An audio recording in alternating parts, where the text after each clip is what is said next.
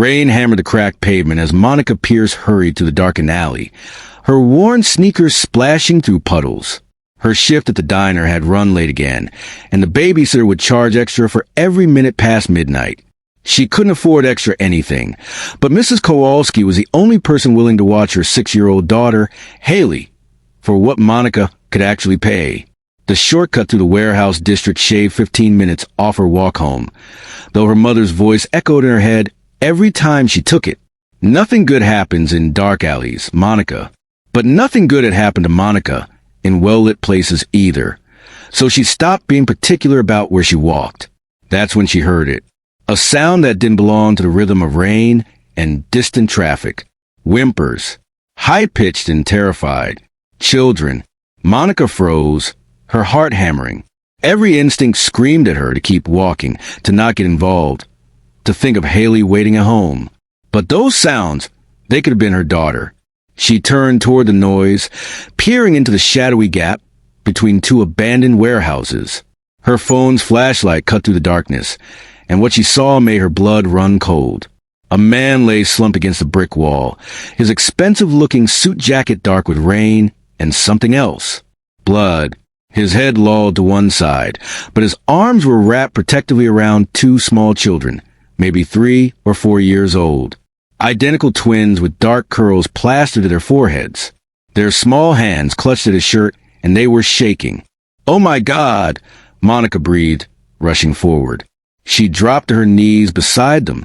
The man's eyes were closed, his breathing shallow and labored. The children's eyes, however, were wide open, huge and terrified, staring at her like she might be another monster in their nightmare. "It's okay," Monica whispered, though nothing about this was okay. "I'm going to help you." She reached for her phone to call 911, but the little boy grabbed her wrist with surprising strength. "No!" he croaked, his voice raw from crying. Bad men come." Monica's stomach dropped. This was an accident. Someone had done this. Someone had shot this man while he held these babies, and they might still be nearby. The man's eyes flickered open, just barely. They were gray, she noticed, gray like storm clouds. He tried to speak, but only managed a wet, rattling sound. His grip on the children tightened, even as his strength was clearly failing. "I need to get you help," Monica said firmly, looking at the wound in his shoulder, not his chest. "Thank God. He might survive this if she acted fast. I'm calling an ambulance." "No hospital," he managed, each word clearly costing him. "They'll find us." "You'll die," Monica said bluntly. She wasn't good at sugarcoating things. Life had beaten that tendency out of her years ago. The man's eyes focused on her face for the first time, really seeing her. Something passed through his gaze. Calculation, desperation, and finally a decision. "Please," he whispered. "The twins." The little girl started crying harder, burying her face in the man's chest. The boy's grip on Monica's wrist tightened. "Daddy," he whimpered. "Daddy, wake up." These were his children. This bleeding man was their father. And he was begging her, a complete stranger in a dark alley, to protect him from whoever had put a bullet in his shoulder. Monica had approximately $3 in her bank account, a daughter who needed her, and a life complicated enough without adding a mystery man and his twins to the mix. The smart thing, the sane thing, would be to call 911, wait until help arrived, and then disappear back into the night where she belonged. But she'd never been particularly smart or sane, and she'd never been able to walk away from children in need. "Can you walk?" she asked the man. He nodded, though she doubted it was true. Still, with her help, he managed to stagger to his feet, the children clinging to him like barnacles. Monica wrapped her arm around his waist, taking as much of his weight as her small frame could handle. He was tall, well over 6 feet, and solid with muscle beneath that expensive suit. She could feel the heat of blood soaking into her jacket, warm and terrifying. "My apartment's 6 blocks from here," she said, already regretting this decision but unable to stop making it. "Can you make it?" "Have to," he gritted out. They moved through the rain-slicked streets like a strange, desperate parade. Monica supported the man who stumbled and swayed with each step. The twins trotted alongside, their small hands clutching at their father's pant legs, silent now except for occasional hiccuping sobs. Every car that passed made Monica's heart jump into her throat. Every shadow looked like it might hide the men who'd done this. By the time they reached her building, a 4-story walk-up in a neighborhood that could politely be called transitional, the man had lost consciousness twice. Monica had slapped his face both times, harder than she meant to, and dragged him forward. The twins had stopped crying entirely, their faces blank with shock. Getting him up 3 flights of stairs was a nightmare. Monica practically carried him, her legs burning, her shoulders screaming where his weight pressed against her old injury from a car accident 2 years ago. When they finally stumbled to her apartment door, Mrs. Kowalski looked up from the couch with wide eyes. "Sweet Jesus, Monica, what?" "I'll pay you double," Monica interrupted, which was laughable since she could barely pay the original amount. "Please don't ask questions. Please just take Haley home and don't tell anyone you saw anything." Mrs. Kowalski was 73 and had survived Soviet Russia before immigrating. She'd seen things. She looked at the bleeding man, at the terrified twins, and at Monica's desperate face. Then she nodded, gathering up a sleepy Haley without a word. "Thank you," Monica breathed. "You're a good girl, Monica," Mrs. Kowalski said quietly. "Too good. It will get you killed one day." "Probably," Monica agreed silently. When they were alone, Monica deposited the man on her threadbare couch. Blood immediately began soaking into the cushions she'd bought at a yard sale. She'd never get that stain out, but that seemed like the least of her problems. The twin stood in the middle of her tiny living room, dripping rainwater onto her laminate floor, looking lost. "Okay," Monica said, more to herself than to them.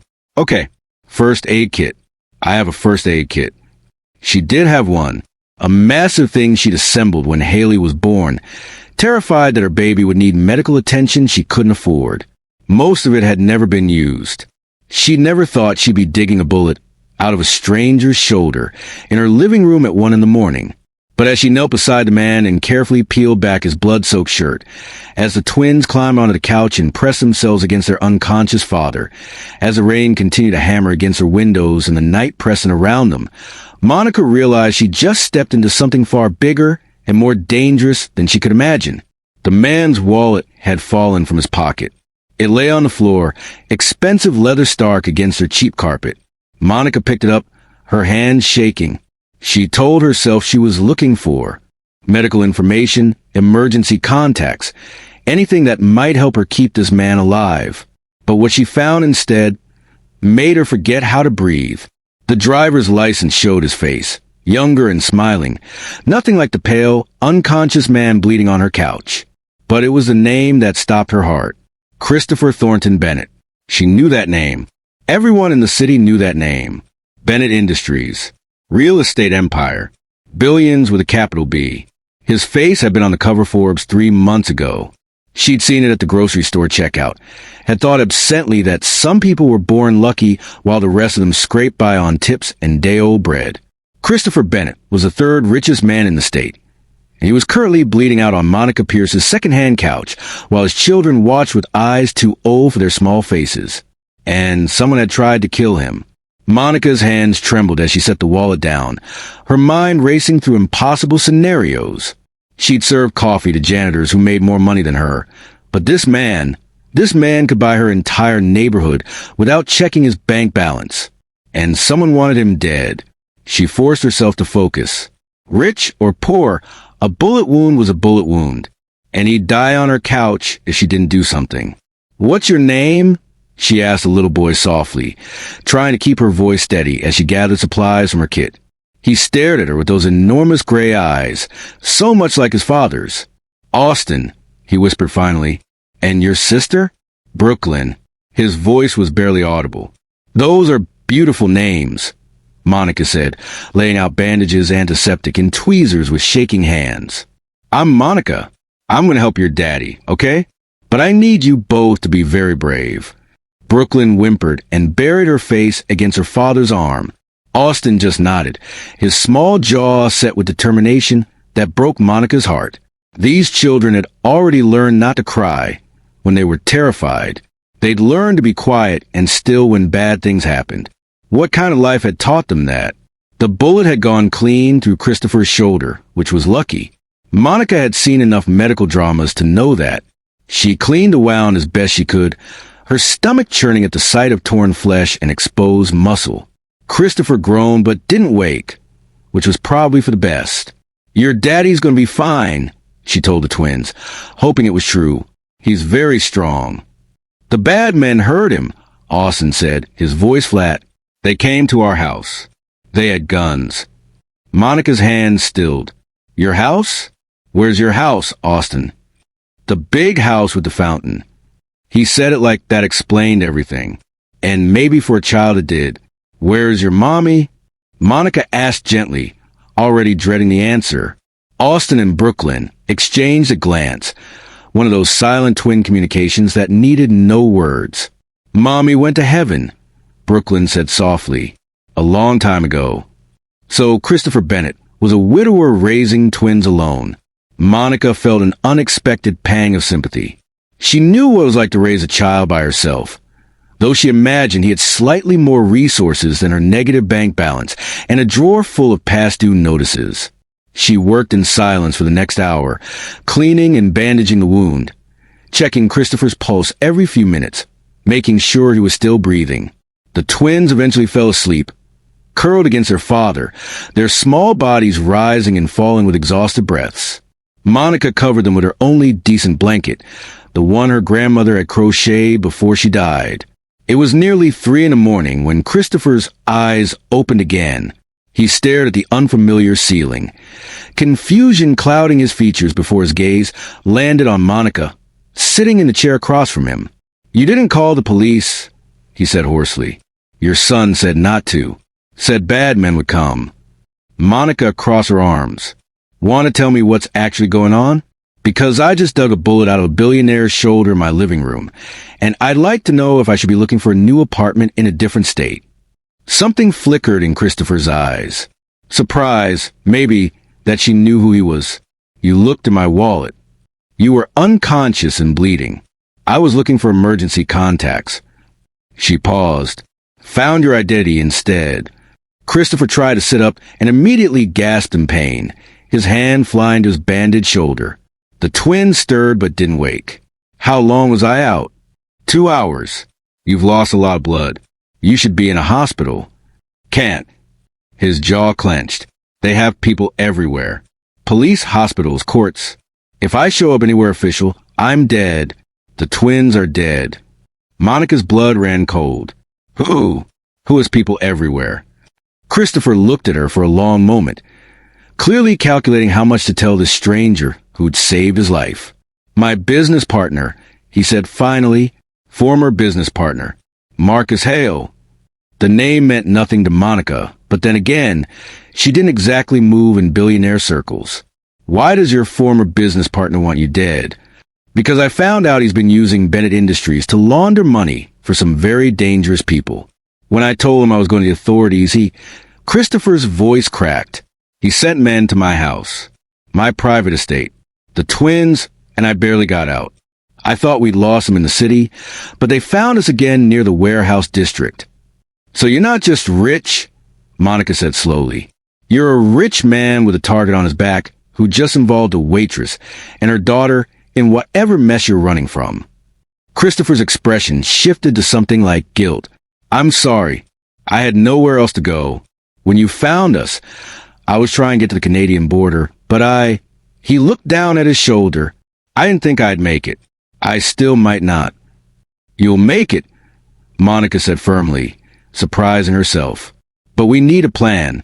Those men, the ones who shot you, they saw your face. They know you're wounded. They'll be checking hospitals, clinics, anywhere you might go for help. Which is why I can't go anywhere." Christopher's gaze was sharp despite his obvious pain. "I know this is insane. I know I have no right to ask. But can we stay here? Just for a few days, until I can figure out what to do." Monica laughed, a brittle sound. "You want to hide out in my apartment, Mr. Bennett? I have a 6-year-old daughter who asks questions about everything. I have neighbors who notice when strange men appear. I have a landlord who's looking for any excuse to evict me because he wants to raise the rent. This is literally the worst safe house in the entire city. It's also the last place anyone would look for me, Christopher countered. Marcus knows my habits, my properties, my friends. He'd never think to look for me in, he trailed off, his eyes taking the cramped apartment. The water stain on the ceiling. The furniture that had clearly seen better decades. In a dump, Monica finished coolly. You can say it. I live in a dump. I'm aware. I was going to say in a place this far removed from my usual life, Christopher said quietly. I'm sorry. I didn't mean to insult you. You saved my life. You saved my children's lives. I need time to think, to plan, to heal enough to protect Austin and Brooklyn. Monica wanted to say no. Every practical instinct. She had screamed at her to call the police, let them sort it out, and return to her simple, struggling life.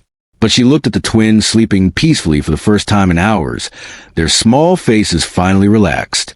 And she thought of Haley. If someone were hunting her daughter, if she were desperate and wounded with nowhere to turn, wouldn't she hope someone would help? 3 days, she said finally. You can stay 3 days. That's when my next rent payment is due. And if my landlord sees you, we'll all be out on the street anyway. Relief flooded Christopher's face. Thank you. I'll pay you, of course. Whatever you need. I don't want your money. The words came out sharper than she intended. I'm not doing this for a reward. I'm doing it because those kids need their father alive, and right now, you're in no condition to protect them. Then what do you want? Christopher asked, studying her face with an intensity that made her uncomfortable. Monica thought about her overdue electric bill, her car that had died last month, Haley's school fees she couldn't afford, the dental work she'd been putting off for 2 years. She thought about all the things money could fix in her life. I want you gone in 3 days, she said instead. I want you to keep your head down and not bring any trouble to my door. And I want your word that if something happens, if those men find you here, you'll make sure my daughter stays safe. You have my word, Christopher said solemnly. On my life, your daughter won't be harmed because of me. They stared at each other in the dim light of her living room. This impossible pairing. A billionaire on the run, and a waitress who'd stumbled into his nightmare. Outside, the rain had stopped, and the first gray light of dawn was creeping through the windows. Monica stood, her back aching from the long night. I need to sleep for 2 hours before my daughter wakes up. There's leftover pasta in the fridge if the twins get hungry. Don't answer the door. Don't make any phone calls. And if you bleed on anything else, you're cleaning it yourself. A ghost of a smile touched Christopher's lips. Yes, ma'am. As Monica headed to her bedroom, she paused in the doorway. Mr. Bennett? Those men who shot you, how dangerous are they really? Christopher's smile faded. They killed my head of security, without hesitation. A man I'd known for 15 years who had a wife and 3 kids. They shot me while I was holding my children. His gray eyes met hers, hard as stone. They're dangerous enough that if they find us here, none of us will survive the night. Monica nodded slowly and closed her door. She lay in her bed, staring at the ceiling, and wondered what she'd just gotten herself into. In the living room, a billionaire slept on her couch with his twin children. Men with guns were looking for them. And somehow Monica Pierce, who could barely afford groceries, had become the only thing standing between Christopher Bennett and whoever wanted him dead. 3 days, she reminded herself. Just 3 days. What could possibly go wrong in 3 days?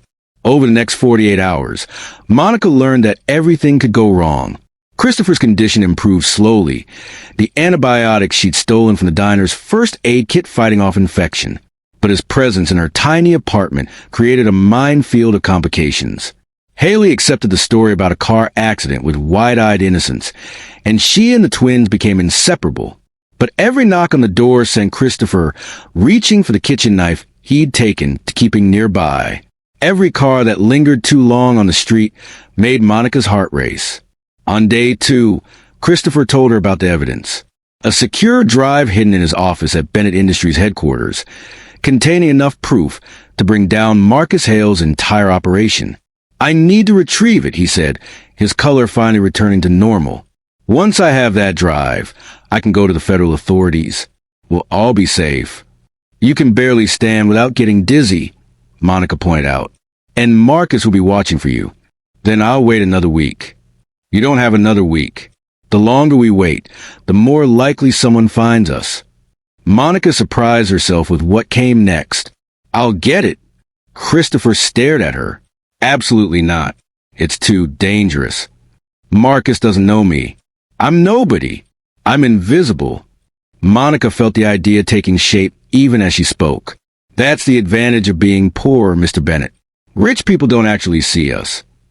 It took hours of argument, but eventually Christopher agreed. He had a friend, Daniel Richardson, who ran operations for the building. Daniel could get Monica inside with a fake cleaning crew uniform. She'd have a 30-minute window to access Christopher's office, retrieve a drive, and get out. The plan was simple, which Monica knew from experience usually meant it would go wrong in complicated ways. Monday morning arrived cold and gray. Monica kissed a sleepy Haley goodbye, extracted promises from Christopher to keep all 3 children quiet and safe, and headed into the pre-dawn darkness. Bennett Industries headquarters was a monument to wealth and power, all steel and glass reaching 40 stories into the sky. Monica entered through the service entrance, nodding to the security guard who barely glanced at her badge. Just as she predicted, invisible, the cleaning supervisor assigned her to the executive floor, and Monica's heart hammered as she pushed her cart into the elevator. 37th floor. Christopher's office was at the end of the hall, overlooking the city he'd helped build. The space was everything she'd expected. Massive desk, leather chairs, wall-to-wall windows. But there was also a child's drawing stuck to the filing cabinet, a photo of his late wife on the bookshelf. Monica worked quickly, her hands shaking as she input the security codes Christopher had given her. The small drive was there, exactly where he'd said it would be, innocuous and containing enough evidence to destroy Marcus Hale's empire. She just slipped it into her pocket when she heard voices in the hallway, checking all the offices personally. I don't care what the security logs say. Marcus Hale. Monica recognized his voice from news interviews. Smooth, confident in getting closer. She dove behind the desk, her mind racing. The door was already opening. She was trapped. Mr. Hale, this really isn't necessary. Another voice protested. The cleaning crew is thoroughly vetted. Bennett is alive. Marcus snapped. I know he is. That body they found in the warehouse wasn't him, which means he's out there somewhere, wounded and desperate. He'll try to get to this evidence eventually. Monica's breath caught. They'd found a body. Had Marcus killed someone else to cover his tracks? Sir, even if he wanted to, Bennett can't access the building. Every camera, every scanner. We'd know the second he stepped foot in here. He's smart enough to send someone else. Marcus's footsteps entered the office, and through the gap under the desk, Monica could see his expensive Italian shoes. Someone we wouldn't suspect. Someone invisible. The shoes moved closer to the desk. Monica pressed herself against the wood, barely breathing. If he looked down, if he opened the drawer and found the compartment disturbed. Mr. Hale, a woman's voice called from the hallway. Sir, you have an urgent call. It's the Singapore investors. Marcus cursed under his breath. This conversation isn't over, he told his companion. I want a full audit of everyone who's been in this building in the past 72 hours. Names, backgrounds, everything. His shoes retreated. The door closed. Monica remained frozen for 5 full minutes before she dared to move. Getting out of the building was a nightmare. Her hands shook so badly she could barely push the cleaning cart. Every security guard looked suspicious. Every camera felt like it was focused directly on her. But she kept her head down, maintained her pace, and walked out the service entrance like she belonged there. She was 3 blocks away when she finally allowed herself to run. Christopher was on his feet when she burst into the apartment, despite doctor's orders. Did you get it? He demanded. Monica pulled the drive from her pocket, and the relief on his face was profound. You're incredible, he breathed. Absolutely incredible.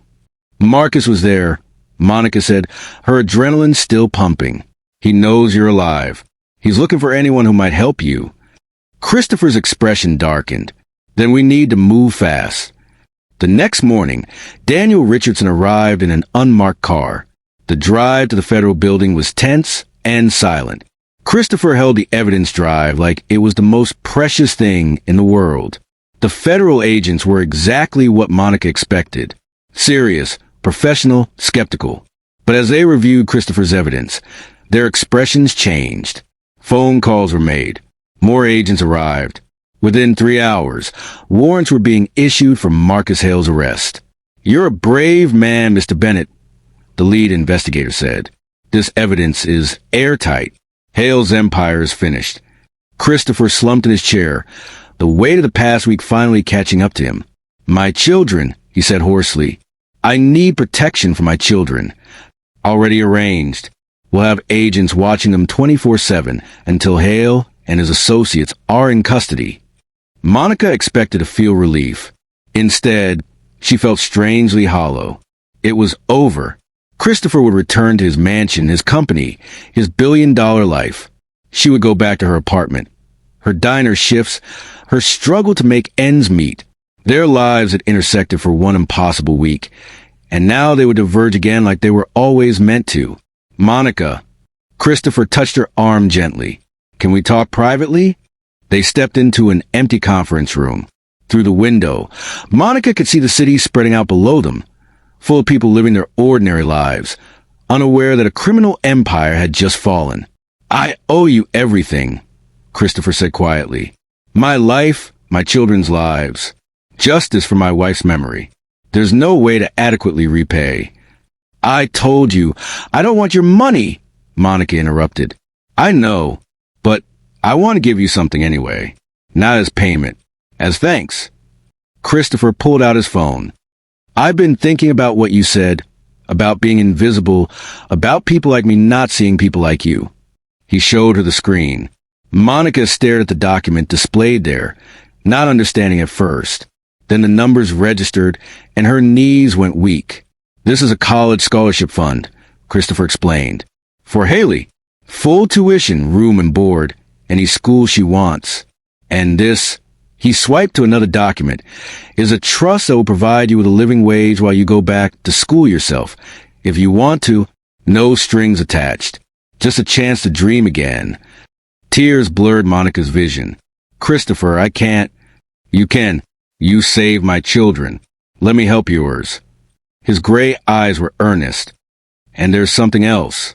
Bennett Industries needs a new VP of operations eventually. The position requires someone with integrity, courage, and the ability to see things others miss. I can't think of anyone more qualified than you." Monica laughed through her tears. "I'm a waitress. I barely finished high school. So I'll pay for you to get your degree. Business management. Whatever you want. Take classes at night while working as my executive assistant. Learn the company from the ground up the way I did." Christopher smiled. "I built Bennett Industries on the principle that talent matters more than pedigree. Help me prove that's still true." "Why?" Monica whispered. "Why would you do all this?" Christopher was quiet for a moment. "Because you saw me bleeding in an alley, holding my children, and you didn't walk away. You risked everything. Your safety, your daughter's safety, your home, for strangers. That's not something money can buy. That's character. And character is exactly what I need as I rebuild my company into something that makes my wife proud." Monica thought about her life. The endless shifts, the overdue bills, the constant fear that one emergency would destroy everything. She thought about Haley growing up with opportunities Monica never had. She thought about learning, growing, becoming someone her daughter could be proud of. "I'm terrified," she admitted. "Good," Christopher said with a smile. "That means you understand what you're taking on. But I've seen you face down armed criminals and infiltrate a corporate headquarters.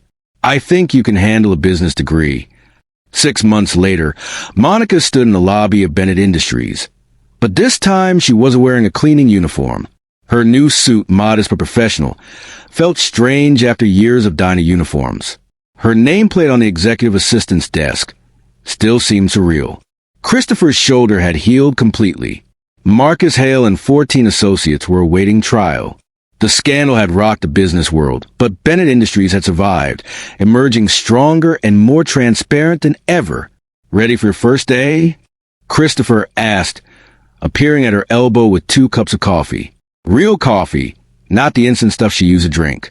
"Absolutely terrified," Monica admitted. "Good answer." He smiled warmly. Austin and Brooklyn asked if Haley could come to their birthday party this weekend. Something about a promised treasure hunt.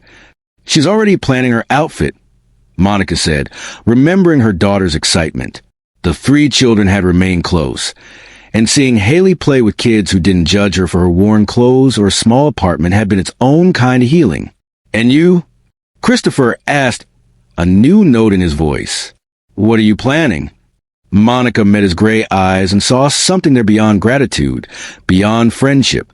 Over the past months, as she'd helped him rebuild his life and he'd helped her transform hers, something had shifted between them. Late-night conversations while reviewing contracts. Shared laughter over the twins' antics. Quiet moments when their hands brushed and neither pulled away. "I'm planning to take things one day at a time," Monica said softly, "and see where this journey leads." "Sounds like a good plan," Christopher agreed. "Though I should warn you, I've gotten attached to having you around. You might find yourself stuck with us Bennetts."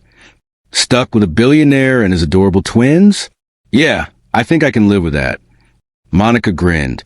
"Though fair warning, I still expect you to do voices when you read bedtime stories." Christopher laughed, and the sound filled the lobby, rich and genuine. "Deal. But only if you promise to keep calling me out when I'm being an oblivious rich guy." "That's basically my job description now," Monica pointed out. As they walked toward the elevator together, Monica caught their reflection in the glass. A waitress turned executive, and a billionaire who'd learned that sometimes the most valuable things in life couldn't be bought.